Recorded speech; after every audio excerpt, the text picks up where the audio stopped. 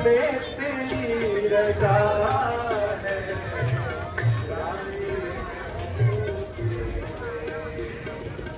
जिसमें तेरी रजा है, सारे जहां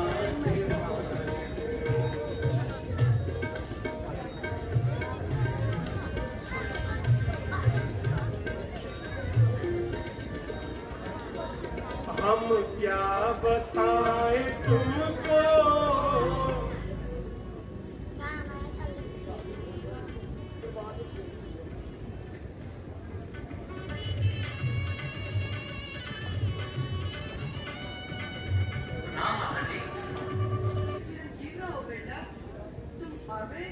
मैं तुम्हारा कब से इंतजार कर रही थी। बेटा आओ यहाँ बैठो, मैं अभी तुम्हारे लिए कुछ खाने को लेकर आई हूँ। आज दरबार में तुम्हें निहाल नहीं जाना चाहिए। माता जी, अब अयोध्या तो क्या, किसी भी आबादी में जाकर खाना नहीं खा सकता। भला क्यों? क्योंकि मुझे पिताजी के द्वारा 14 साल का वनवास हुआ। बेटा अभी अपना बचपना छोड़ दो। आज तुम्हें ऐसी जिम्मेदारी मिलने जा रही है जिसे निभाना बहुत मुश्किल है, इसलिए अपना बचपना और ये लड़कपन छोड़ दो। माता जी, जो जिम्मेदारी मुझे दी गई है मैंने उसे निभाने का यत्न शुरू कर दिया। तो फिर ऐसे शब्द मुझसे क्यों निकाल रहे हो? माते, क्या मैंने पहले कभी आपसे झूठ बोला है? नहीं तो फिर आज मेरी बात का अखबार क्यों नहीं कर? बेटा सीधे सीधे को वो बात क्या है? माता जी, माता कैकेयी ने महाराज से किसी समय 2 वरदान मांगे थे और उन्हीं वरदानों के बदले में मुझे 14 साल का वनवास और भरत के लिए राज मांगा था। और महाराज ने हाँ कर दी? क्षत्रिय धर्म माता जी। नहीं बेटा नहीं, तुम फिर भी वन को नहीं जा सकते। किस तरह माता जी? तो सुनो, महाराज आज से महाराज नहीं रहे। आज से अयोध्या के महाराज तुम हो, इसलिए तुम्हारे महाराज होने के कारण मैं अयोध्या की राजमाता हूँ। इसलिए बेटा मैं तुम्हें ये हुक्म देती हूँ कि चाहे तुम राज भरत को दे दो और तुम वन को न जाओ। माता जी, आप भूल रही हैं, अव्वल तो महाराज उस समय तक महाराज हैं जिस समय तक उनके सिर का ताज किसी और के सिर पर नहीं रखा जाता। और अगर ना भी हो तो मेरे लिए और आपके लिए पिताजी का हुक्म मानना उतना ही जरूरी है जितना कि महाराज का प्रजा के लिए। और आप फिर भी बोल रही हैं कि राज चाहे भरत को दे दो। और अगर राज भरत के पास ही हुआ तो उसके बाद ना ही आप राजमाता रही और ना ही मैं महाराज।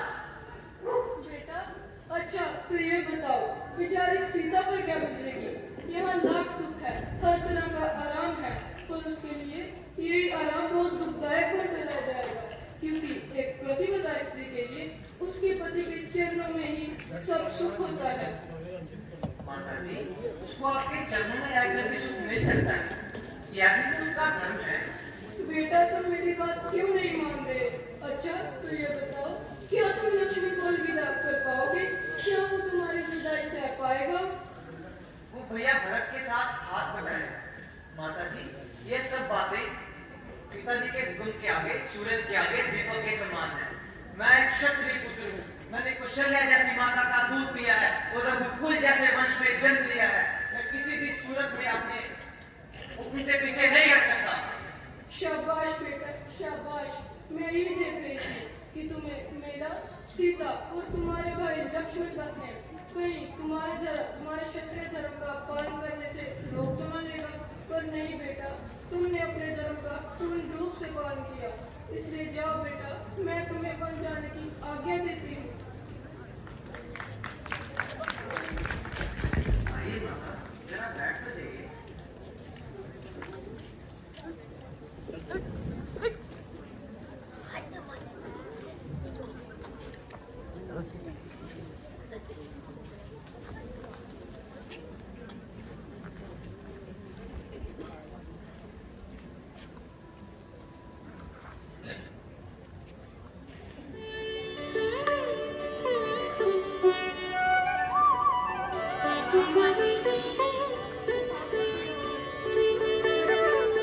देखो मेरा वन जा रहा है। हाँ माता, मैं जानती हूँ, इसीलिए मैं भी आपसे आज्ञा लेने आई हूँ। आज्ञा? बेटी अब तुम कहाँ जाओगी? जनकपुरी? नहीं बेटा नहीं, मैं अकेली पड़ जाऊंगी। नहीं माँ नहीं, जनकपुरी से तो मेरा नाता छूट गया है। मैं तो अपने पति के साथ बन जाऊंगी माँ। हे ईश्वर, सोचा था बेटा राम के बन जाने के बाद सीता को राम समझकर अपना दिल बहला लूंगी, पर अब तो ये भी बन जाने की जिद कर रही है। अब मैं इसे क्या जवाब दूं? माता जी, बेटी, मैंने अपनी सारी उम्र अपने पति की आज्ञा का पालन किया है, इसलिए जैसा तुम्हारे पति श्री राम तुम्हें कहे तुम भी वैसा ही करो। प्रणाम, आज्ञा दीजिए ताकि मैं अपने पतिव्रता धर्म का पालन कर सकूं। प्रिय, मुझे डर है कि तुम्हारे साथ रहकर मैं अपने धर्म का पालन ना कर सकूं। दूसरा, माता जी के आगे मुझे हुक्म देने का कोई अधिकार नहीं है। माता जी, ठीक है, और भी बताइए, क्या इस रास्ते में मेरे पति उधर जंगलों में भटकते रहे और मैं इधर महलों में आराम करूं? मेरे पति उधर वन में भूख प्यास से तड़पते रहे और मैं इधर महलों में सोने की थालियों में अनेक पदार्थ खाऊं और शरबत से अपनी प्यास बुझाऊं। माता जी, सुख में तो सभी साथ दे देते हैं, लेकिन अगर दुख में एक पत्नी अपने पति का साथ नहीं दे सकती तो उसके पतिव्रता धर्म का क्या फायदा? उसके पतिव्रता धर्म का क्या फायदा माँ? एक पतिव्रता धर्म वो नींव है जिसको एक नारी ही मजबूत रख सकती है, और आप तो माँ, आप तो साक्षात पतिव्रता धर्म की मूर्त है। माँ, कृपा करें, मुझे आज्ञा दे माँ, मुझे आज्ञा दे। बेटी, अब मुझे पूरा भरोसा हो गया है कि तुम अपने हक पर अटल रहोगी, इसलिए जाओ बेटी, मैं भी तुम्हें बेटा राम के साथ बन जाने की आज्ञा देती हूँ। अपने पति की दिल लगाकर सेवा करना बेटी। अवश्य माँ, अवश्य, मैं उन्हें कोई आँच नहीं आने दूंगी।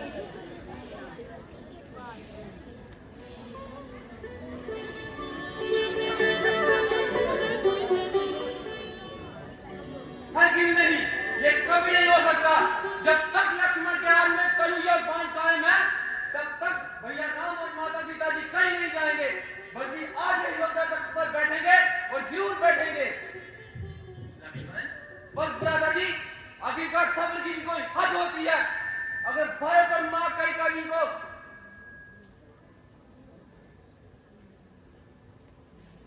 बेटा, होश करो, किससे लड़ोगे? माता कैकेयी से या अपने भ्राता भरत से? ऐसे शब्द तुम्हारी जुबान से शोभा नहीं देते। महाराज जी, कल क्या महाराज ने सारे दरबार में ऐलान नहीं किया था कि कल श्री रामचंद्र जी को योद्धा तख्त बनाया जाएगा?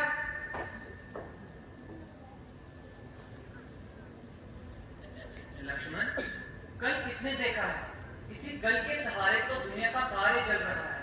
अगर यह कल ना हो तो दुनिया का कार्य बंद हो जाएगा। अच्छा ये बताओ, कल हुक्म किसका था? पिताजी का। तो आज भी पिताजी का ही हुक्म है। अगर हम तख्त और ताज के लिए पिताजी का हुक्म मान सकते हैं तो हमें वनवास जाने के लिए उनका हुक्म मानना चाहिए। किसके लिए? इस भरत के लिए? वो सब जानने की मुझे जरूरत नहीं है। ना भैया, जानने की जरूरत आपको नहीं बल्कि मुझे है, और जब तक मैं ये नहीं जानूंगा तब तक न भरत गद्दी पर बैठेगा और न आप बंद हो जाएंगे। लक्ष्मण, बात कुछ ऐसे है, माता कैकेयी ने महाराज से किसी समय को वरदान मांगे थे और उन्हीं वरदानों के बदले में मुझे 14 साल का वनवास और भरत के लिए राज मांगा है। भैया, अगर यूं है तो यूं ही सही। लक्ष्मण भी एक पल के लिए योद्धा में नहीं रहेगा।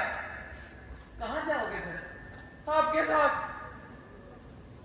नहीं लक्ष्मण, जरा सोचो, अगर तुम भी चले गए तो माताओं का दिल कौन बहलाएगा?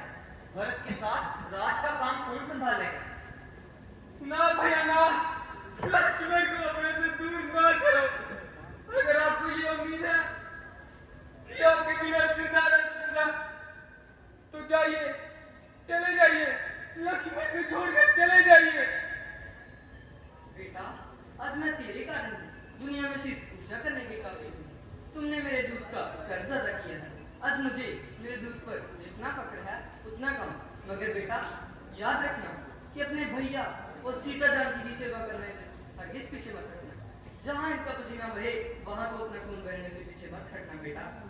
ये तुम्हारा धर्म है। माताजी, आप भी लक्ष्मण की ही तरफदारी कर रही हैं। नहीं बेटा नहीं, मैं लक्ष्मण की तरफदारी नहीं कर रही, बल्कि लक्ष्मण को अपने फर्ज की जानकारी के लिए मुबारकबाद दे रही हूँ। अगर आपका यही हुक्म है तो ठीक है। लक्ष्मण, जल्दी करो, देर हो रही है। आप भी सीता को जल्दी तैयार कर दीजिए। नहीं बेटा नहीं, मैं तुम्हें अपने से अलविदा नहीं कर पाऊंगी। जिस समय मुझे अपने बेटे और अपनी बहू की आरती उतारनी हो उस समय मैं उन्हें अलविदा करूं, ये हाथ के सब नहीं कर पाएंगे। घर के दीपक ने जलाया, ये घर मेरा, ये दम मेरा, उजाड़ा बागबान ने अपने हाथों से चमन मेरा। आखिर ये माँ का दिल है, क्यों ना रोए खून के आंसू, मुझसे दूर जा रहा है नूरे नजर मेरा। माताजी, आप संभालिए संभालिए माताजी, और धीरज से काम लीजिए। बेटी धीरज से काम लूं?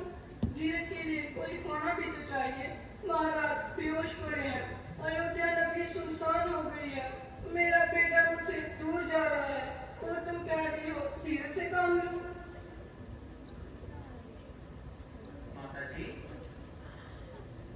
अच्छा बेटा जाओ, पर जिस तरह जा रहे हो उसी तरह वापस भी आना। अगर नहीं आए तो फिर अपना मुंह मत दिखाना। जो आ गया माताजी।